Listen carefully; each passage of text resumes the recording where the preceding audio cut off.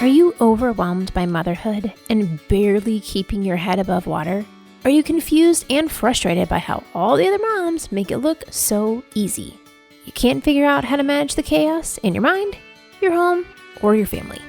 I get you, mama. Parenting with ADHD is hard. Here is your permission slip to let go of the Pinterest-worthy visions of organization and structure fit for everyone else. Let's do life like our brains do life, creatively, lovingly, and with all our might. When we embrace who we are and how our brains work, we can figure out how to live our lives successfully and, in turn, lead our families well. At the end of the day, we just want to be good moms. But, spoiler alert, you are already a great mom. ADHD does not mean you're doomed to be a hot mess, mama. You can rewrite your story from shame spiral to success story. And I'll be right here beside you to cheer you on. Welcome to Motherhood in ADHD. Hey there, successful mama. It's your friend Patricia Sung. This week we are continuing our two-part series on traveling and trips. And I forgot to mention last week that it is my full opinion that vacations are not vacations with kids. Vacations are trips. And it can equally be as much work, if not more, to be on vacation, quote unquote, to be on a trip with kids because you don't have all your usual things that you have at home that you would have available to you. It could be simple things like if you have a baby and you don't carry all the accoutrements of babies, like the bouncy seat and the this and the that to keep them safe and entertained for, a hot 5 seconds. But that is more difficult. You don't have all the things that you have in your kitchen. You don't have all of your kid-safe dishes. You don't have the comfort of your own bed and blackout curtains, and you're not sharing space with other people, possibly. There's so many ways that it is more difficult to go on trips with your kids than to stay at home. And at the same time, I am a huge proponent of traveling the world, seeing what's out there, doing something different. There's just something about being away from your house that allows you to slow down in a way that you just don't when you're at home. Because when you're at a hotel or an Airbnb or at a friend's house or family's house, you're not staring at your own pile of laundry that needs to get done, or that thing that you've been meaning to do, really been meaning to fix that project, but you haven't. Or I really should clean off that counter. All those things are not there to remind you of all the things you still have to do. And being able to slow down and really focus on family time is a really beautiful gift that, yes, it is hard. Yes, it costs money. All these things are true. And I still believe that it's worth it in the way that makes sense for your family to get away. And what's my version of traveling may not be your version of traveling. It may not be the next mom's version of traveling. But to create that space where your family can connect and have really great memories matters. Now, before I get into how I pack for trips, which is like the being of ADHD existence, let's listen to our review of the week. This one's from Simsy Tiger. Simsy Tigger. Simsit Tigger. Who knows? This is always a mystery. Okay.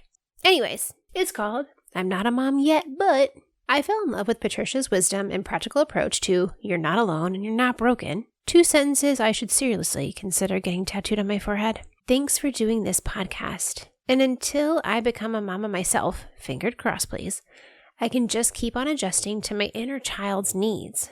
I'm pretty sure that she also has ADHD. Smiley face. Aww. Sam. There's sometimes I think about tattooing that on my forehead too, I'm not gonna lie. I need the reminder often. Thank you so much for the encouragement.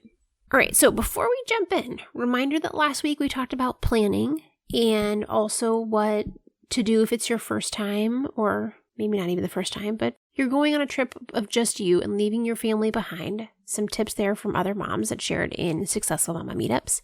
I also shared in episode 19 all of my trips and hacks for traveling on an airplane with small children. And I also mentioned that our ADHD luxury getaway for moms is happening this fall.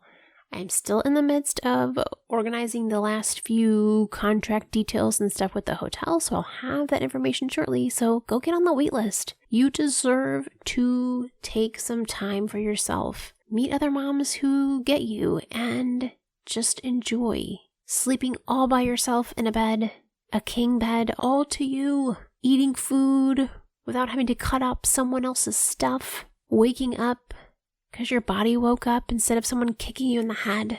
You deserve to have an amazing weekend away. So go get on the waitlist, patriciasung.com/retreat-waitlist, and I will let you know as soon as the details are finalized. Early bird should be available next month.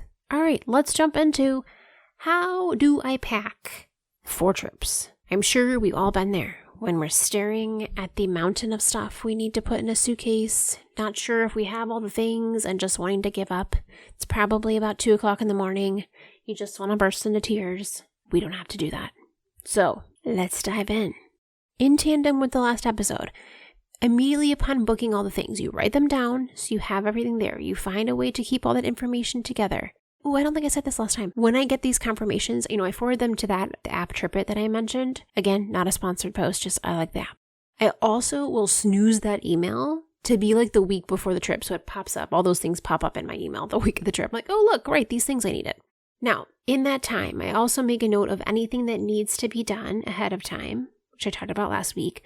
That also includes any things that you don't already own but you need for this trip. So, for example, remember, we're just focusing on packing this time. Gear that you might need, like if you have a rental car, do you need a car seat to go in that rental car? Can you use the one that you have? Do you have a backpack for that car seat to go in so you can travel with it, or some kind of bag? Personally, I like the backpack because it's just way easier for us to get around. If you're going to any kind of weather that is different than weather you have, do you need to buy winter gear? Do you need to buy ski pants? Do you need camping gear? Do you need snorkel masks? What are the things that you need that you don't own already? And make a list. That way you can start preparing ahead of time to shop and make sure that you can spread that out if you need to for your budget.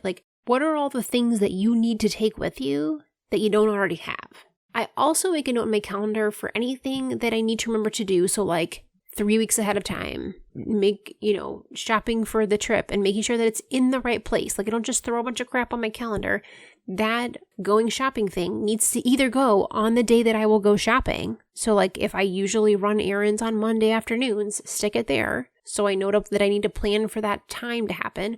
Or I put that on my calendar in the space that I do planning. So Successful Mama Meetups, we plan Wednesdays, 11:30 Central. Put those to-do lists on the time of your meeting. So that when it's time for the meeting, you're right there. You're like, oh, right, I need to do these 3 things this week. And you can put them in your plan. And then you delete them off the calendar once you have a plan for them. They don't just live there. Remember, your calendar is not a to-do list. You have a plan now of where those things go. Okay, moving along. About 2 or 3 weeks out, this is when I make sure I do all of the shopping stuff. Especially for kids, they grow so fast. I'm like, does the swimsuit from last year still fit? Do their shoes fit? Do they need flip-flops? If you're going to the beach, do you need any beach gear? Do you need any baby stuff? You have a baby, where's it going to sleep? Do you need to take a playpen? Is there one there at the hotel? A lot of times they'll have a crib or a playpen available. Sometimes they'll charge you an extra $20, but usually you just give it to you. Ooh, blackout fabric for windows. Okay, if I can, I think I have it. I will put that link in the show notes. Let me write that down. Link in show notes. I have bought this blackout fabric that has sticky dots on it so you can cover behind the window. That way it doesn't mess up any of the paint around the window, because I've tried those accordion style ones. They don't do quite as good of a job. I really like this blackout fabric. You just hang it up in the windows so that your kids don't wake up the crack of dawn, and then you can easily pull it down and take it with you when it's time to go.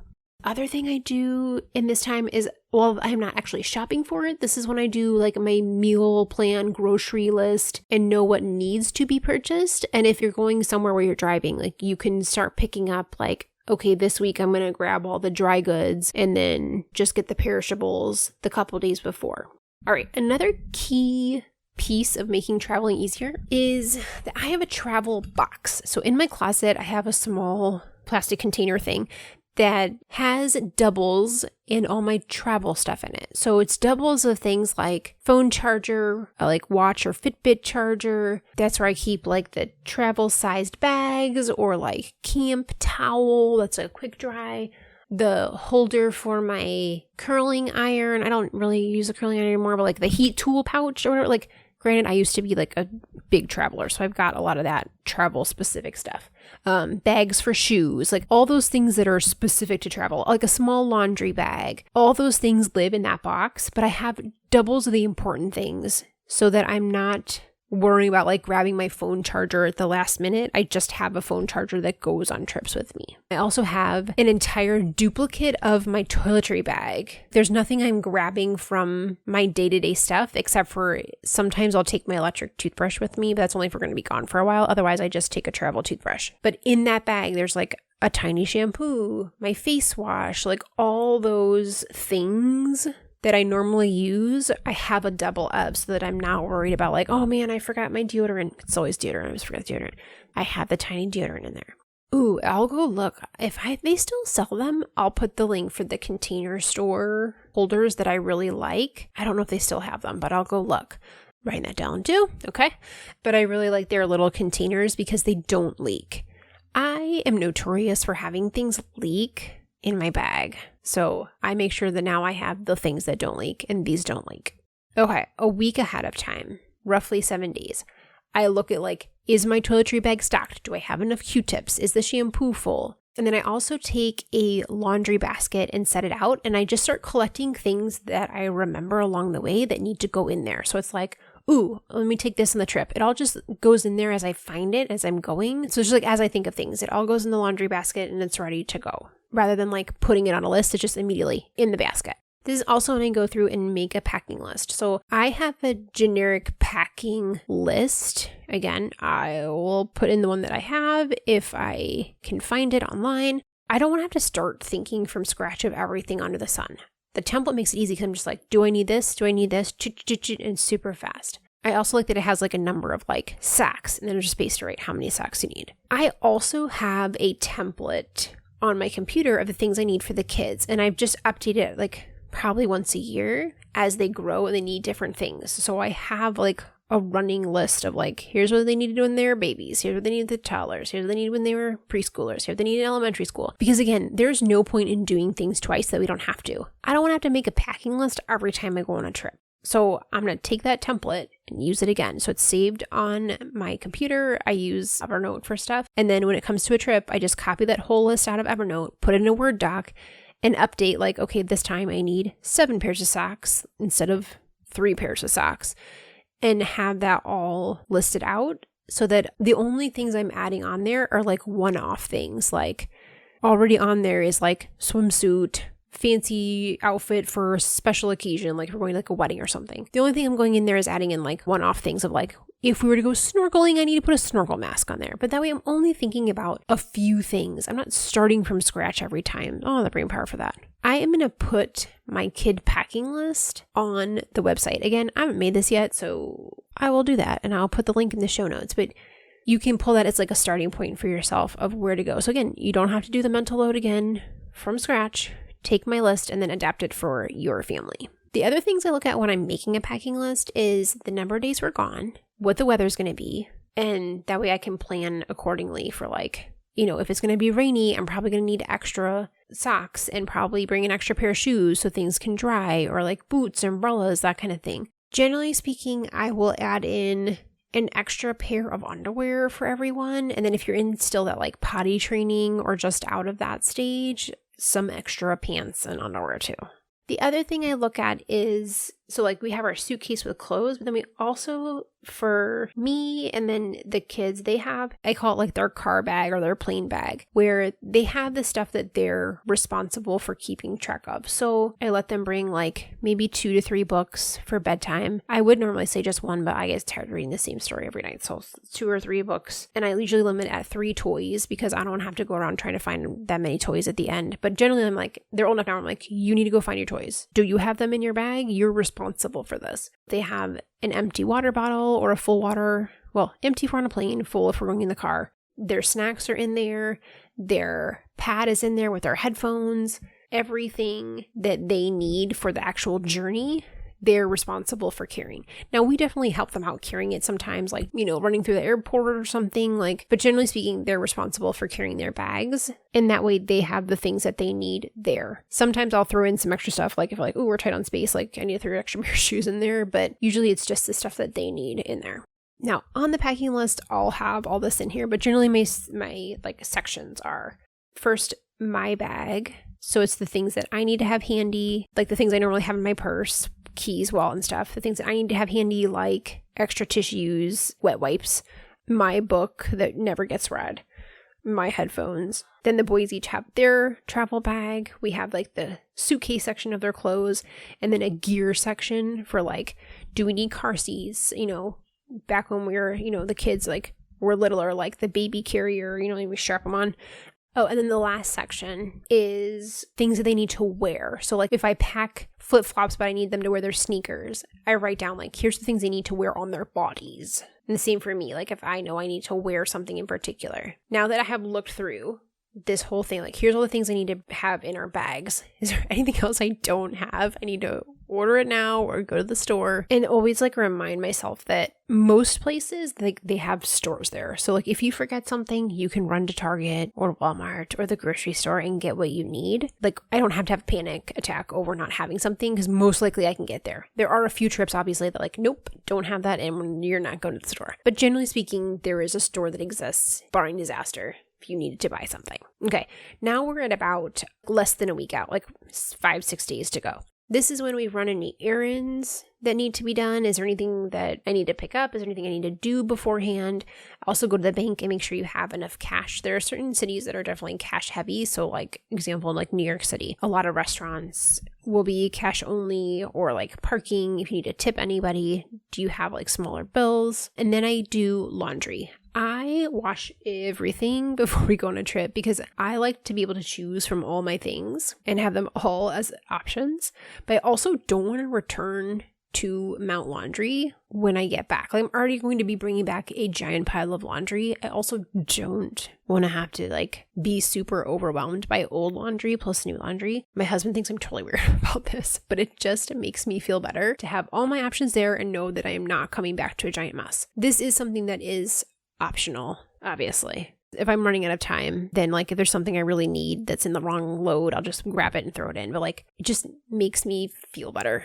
That's that. But also, as I'm then putting away all this laundry and I'm folding things, I set aside all the things that I want to pack. So it's okay, folding up these pajamas, and it's going in that basket I mentioned earlier, taking that on the trip. Ooh, I really want to take this shirt. And it helps me, it's almost as seeing all those things allows me to it reminds me of oh, these are the things that I want to take with me. Now, 4 days ahead, this is when I pack all the kid stuff. Make sure that everything actually fits them still. And it all goes in a laundry basket. So all the kids' stuff is in one laundry basket. There's the basket of random things that I've collected along the way. And I have also a basket for me. So I'm putting everything that's going in their suitcase in that laundry basket. As I go through the list, I'm crossing things off. I will go back and circle anything that's a last minute item, their shoes, or if I still am charging their pad, I circle that. It makes it easier for me to see on the list of what still needs to happen. And if there's any way that I can make those things visible, so I can't forget to bring their headphones. So if they're still in the charger, I will take the bag for the headphones and set it by the suitcase. So that way I see that and will remember to go get the headphones off the charger. Like I said, all of their snacks and gear and stuff, a lot of that will go in their bag. And then I will also pull the suitcases out of the closet to decide which ones we're going to be using so that I can kind of judge okay, there's this much stuff in the laundry basket. Will it all fit in this size suitcase? 3 days ahead is usually when I pack my stuff. Again, it goes all in the laundry basket. And again, I circle everything that's the last minute items. Again, I set to the side all the containers of things that will help me remember the last minute things. As I'm putting everything in the laundry basket, that's when I fold it into a suitcase-sized fold, I guess, suitcase size fold. And I actually do it 2 different ways. For outfits, shirt that goes with pants, for the kids, I pair all those together so that I know I have all their outfits that things that coordinate and they're together in the suitcase. You can also do the roll-up method where you roll up the shirt, the pants, the underwear, the socks all in one roll-up so that when it's time to get dressed, you just grab one burrito of clothing and take that, hand it to your kid, and they can get dressed. For me, I usually, when I pack, I keep it really simple by choosing one color scheme so that everything coordinates with everything else, generally speaking. So like if I'm doing black as the basis, like everything that I choose, like I would have the black jeans and regular jeans. I would pick all, like I just generally wear a lot of like jewel tones. So like all the tops would match either regular jeans or black jeans, and my shoes would be the shoes that would match everything else. So I really limit the amount of things that I take by keeping everything in the same color family. So like all of my shirts are in the like blue, greenish, purpley kind of color family. Maybe like a maroon, but it's all like the same jewel tones. They all match with black bottoms or black shorts or black pants and black shoes or like regular sneakers so that everything matches with everything and I can mix and match as I go. Or sometimes I'll pick like that trip is like earth tones. So I'll have brown shoes and khaki shorts and everything that goes all matches together. So I don't have to worry about like, oh, somebody spilled ketchup on my shirt. I'm not worried that like I don't have another thing that'll work. Everything is coordinated and it just makes my life easier. And then 2 days before, hopefully, obviously this is my optimistic timeline. Sometimes I'm not packing my stuff until the day before, but when things are going smoothly, this is how it goes. 2 days before is the last minute things. So do I need to run to the store for anything? Now, when it is time to actually pack, I take the laundry basket that I've been collecting all the random things in all week long, and I spread out all the covers on my bed so it's flat, and I lay out all the things that are in the basket. Then I take my empty laundry basket and go to the closet or the drawers and put in all the things on the list that did not get added from the first round of random collection. And as I go, I circle anything that I have to add last minute, things like my keys, my wallet, my phone, so that eventually I have on my bed laid out all the things except for the last minute things, which are circled on my packing list. Then I do a big check that everything that's on the list is now on the bed. That's when I take all the things, now that I know they're all here on the bed, and put them in the suitcase, and I only have left the things that are circled on the packing list. And that's also when I do some editing of like, okay, I really don't need 2 extra pairs of pants. I think we'll be okay with 1. And making sure that I didn't overpack. So this is my editing time. Then I have the kids pack their travel bag. And then I'll go behind and check and make sure that everything's in there. And if I need to do one more load of laundry of like, oh, I was going to take those pants and you just wore them. Okay.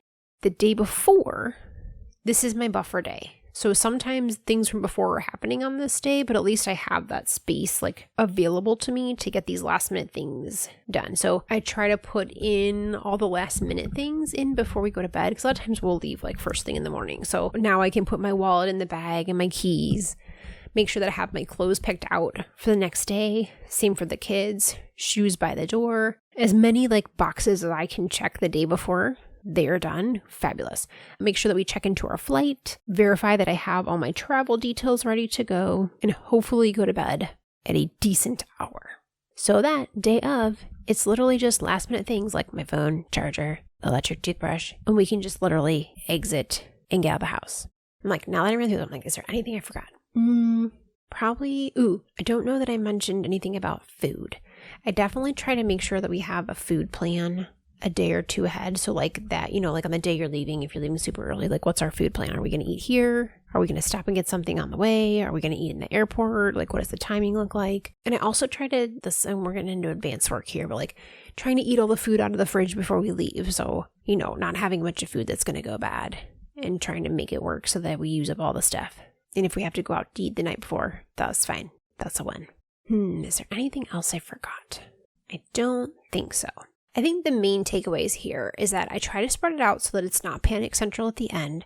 And by doing the stuff earlier, it allows my brain to kind of marinate on things And that's when I'll start to think about things that I forgot because I already started that like chain reaction. So it allows me to give my brain the space to think of anything that I missed because I have the space available. Because I spent most of my life panic packing at the last minute until 3 o'clock in the morning. And I don't find that to be fun. And I also seem to remember like things that I don't have at the last minute. But the more that I practice these different ways of doing things, the easier it gets because I'm creating new habits in my brain without like making new habits in my brain in like a way that's not fun and is like punishment. So yeah, if you have any fabulous travel tips, tell me, send me a note. Maybe I'll put out a part 3. I guess technically there'd be like a part 4 because I already have the episode 19 from eons ago last week, this week. So we'll see. Okay. It is worth it to take a trip. Maybe not a vacation, but a trip with your family, that you can do it when you prepare ahead of time in a way that makes sense for you. I'm like, ooh, I didn't even touch on like having kids pack for themselves. Oh, I think that's going to be another episode. But that is possible. As they get older, they need to pack. Yes, you have to go behind them and check. But like a couple episodes ago, Laura gave us some really good ideas about creating visual checklists for our kids. So like it can be done. I'll have to save that for another day. So try to wrap up one more time. It is worth going on a trip, successful mama. When you figure out how to make sense for your brain, how do you make it comfortable for you? What do you need that would make this trip feel easier and better for you? And do those things. Good luck planning all of your summer fun, and I'll talk to you soon, successful mama. For more resources, classes, and community, head over to my website, motherhoodinadhd.com.